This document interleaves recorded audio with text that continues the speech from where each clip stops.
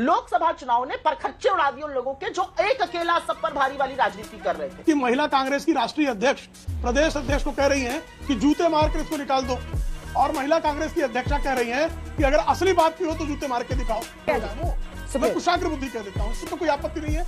ये बैल बुद्धि ही कोई होगा तो कहेगी कि ये भी होगी, तो कहेगी कि बार बार कहा जाता बीजेपी हार गई, ये हार गए। दरअसल हारे तो आप लोग हैं। इटली वाली महिला को अध्यक्ष बनाने के लिए आप बार बार सोनिया जी की जब अवहेलना करते हैं, आप अधर्मी। इस तरह से धोती फाड़कर बाहर फेंक दिया गया था। जय हिंद दोस्तों, बहुत बहुत स्वागत है आप सभी का आपके अपने YouTube चैनल यूनिटी नया भारत की एक और नई वीडियो में। और दोस्तों, आज की इस वीडियो में मैं आपके लिए एक डिबेट लेकर आया हूं जिसमें प्रेम शुक्ला और सुप्रेश श्रीनेत के बीच में तगड़ी बहस हो रही है। आप सभी जानते हैं सुप्रेश श्रीनेत जब भी किसी डिबेट शो में आती हैं तो वो बातें कम और गालियां ज्यादा देती हैं, लेकिन प्रेम शुक्ला ने भी सुप्रेश श्रीनेत को उसी की भाषा में जवाब दिया और अच्छी तरीके से क्लास लगा दी। तो दोस्तों, इस डिबेट को एंड तक देखिएगा, आपको बड़ा मजा आने वाला है। और अगर आपको वीडियो अच्छी लगे तो वीडियो को लाइक करके चैनल को सब्सक्राइब जरूर कीजिएगा। तो चलिए वीडियो को साथ में एंड तक देखते हैं। Thank you. क्यों सुर्खियां बना रही हैं इसमें आप सुप्रिया श्रीनेत जी? और देखिए, हमेशा बीजेपी यही कहती है कि आप लोग परजीवी हैं। असल अगर किसी का वहां स्टेक है तो वो समाजवादी पार्टी है। आपका एक भी राज्यसभा सांसद एमएलसी तो है नहीं, 2 विधायक और इस बार मिलाकर अब 6 सांसद। ऐसे में अगर इस लड़ाई का फायदा किसी को होगा भी तो एक बड़ा चंक समाजवादी पार्टी की तरफ जाएगा। कांग्रेस को क्या मिलेगा?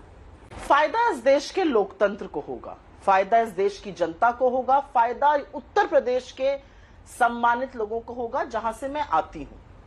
ऐसा है ना अंजना जी कि हम इधर उधर की बात क्यों करें? सिर्फ उत्तर प्रदेश में ही थोड़ी सिरफुटअव्वल चल रहा है। सिरफुटअव्वल तो महाराष्ट्र से लेकर झारखंड, अगरतला, बिहार, गुजरात, मध्य प्रदेश, राजस्थान, कहां नहीं चल रहा है बीजेपी के अंदर, हर जगह चल रहा है। लेकिन मैं पूरी विनम्रता से एक बात कहना चाहती हूं, इसका मूल कारण है कि ये जो रंगी पुती एक छवि बनाई गई थी ना, और ये जो दंभ था कि एक अकेला सब पर भारी वही सबको जिता रहा है, वो छवि ध्वस्त हो गई। वो रंगा पुता रंग बेरंग हो गया। और असलियत यह है कि जो डरा धमका के बीजेपी के नेताओं को, उनके लोगों को, उनके मंत्रियों को रखा गया, आज उनका आक्रोश और गुस्सा फूट रहा है। समय रहते अगर अकल आएगी तो जरूर सुनेंगे। अहंकार रहेगा तो जैसे अभी तक चलता आ रहा है वैसे करेंगे। लोकसभा चुनाव ने परखच्चे उड़ा दिए उन लोगों के जो एक अकेला सब पर भारी वाली राजनीति कर रहे थे। कुछ भी धुरंधर हार गए, क्योंकि लोकतंत्र में जनता से बड़ा कौन है। और जहां तक आपके सवाल की बात है, हमें क्या मिलेगा? हम लोकतंत्र में लोगों के साथ खड़े हैं, लोगों को मिलेगा, हमें भी मिलेगा। समझ गया मैं। पहले सुश्री सुप्रिया श्रीनेत ने कहा कि भारतीय जनता पार्टी में बड़ा सिरफुटअव्वल है, बड़ा उसका विस्तृत कुछ ब्यौरा भी देना चाह रही थी। ये देखिए, ये कांग्रेस की हालत है। कल की खबर है, ये आज दैनिक भास्कर ने प्रकाशित की है, जिसमें इनकी महिला कांग्रेस की राष्ट्रीय अध्यक्ष प्रदेश अध्यक्ष को कह रही हैं कि जूते मारकर इसको निकाल दो, और महिला कांग्रेस की अध्यक्षा कह रही हैं कि अगर असली बात की हो तो जूते मार के दिखाओ। ये होता है सिरफुटअव्वल सुप्रिया जी, कि आपकी राष्ट्रीय अध्यक्ष आपकी प्रदेश अध्यक्ष को कहती है कि जूते मार के इसको निकाल दो, और वो कहती है अगर असली बात की हो तो जूते मार लो। इसको सिरफुटअव्वल कहते हैं।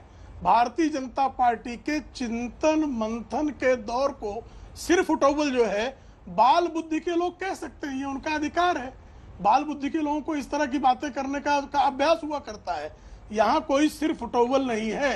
सिरफुटअव्वल होती थी जब राजीव गांधी, इंदिरा गांधी, श्रीमती सोनिया गांधी का कार्यकाल था।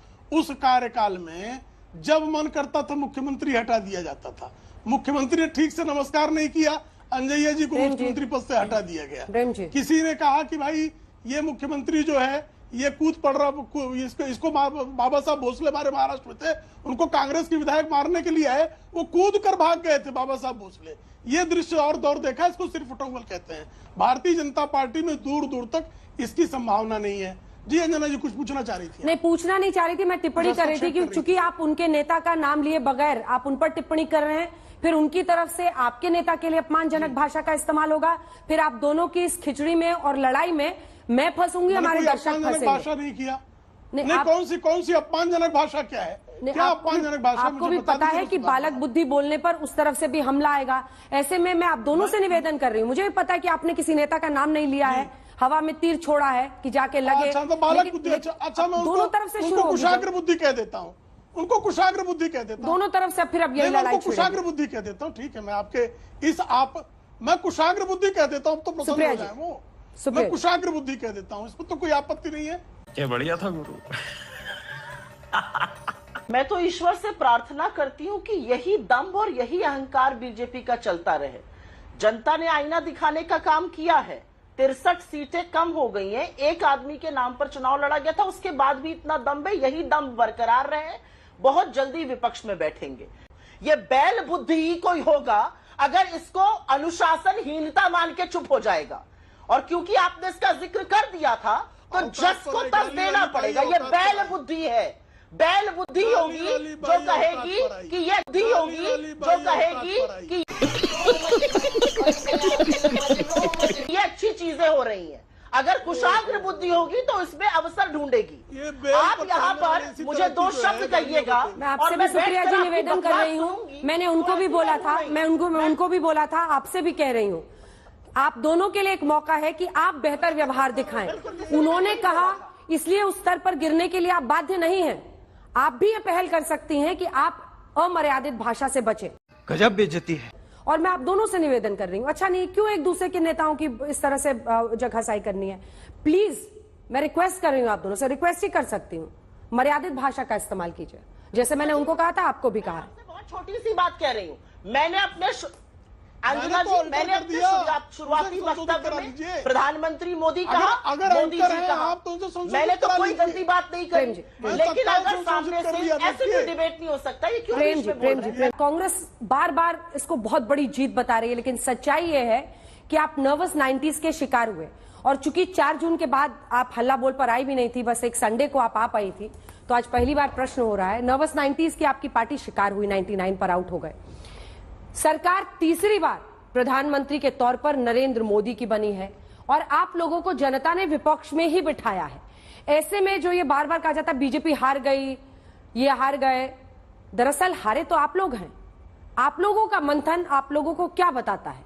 क्यों तीसरी बार आपको विपक्ष में ही जनता ने बिठाया? हमको हमारा मंथन बताता है कि ये जो संविधान है ना, इसके साथ जो भी खिलवाड़ की कोशिश करेगा उसको जनता नकेल कसने का मौका हमें जरूर देगी।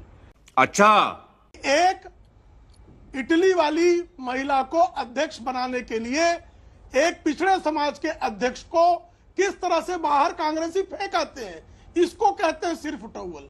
इस देश की संस्कृति, यहाँ की मर्यादा सीख लीजिए।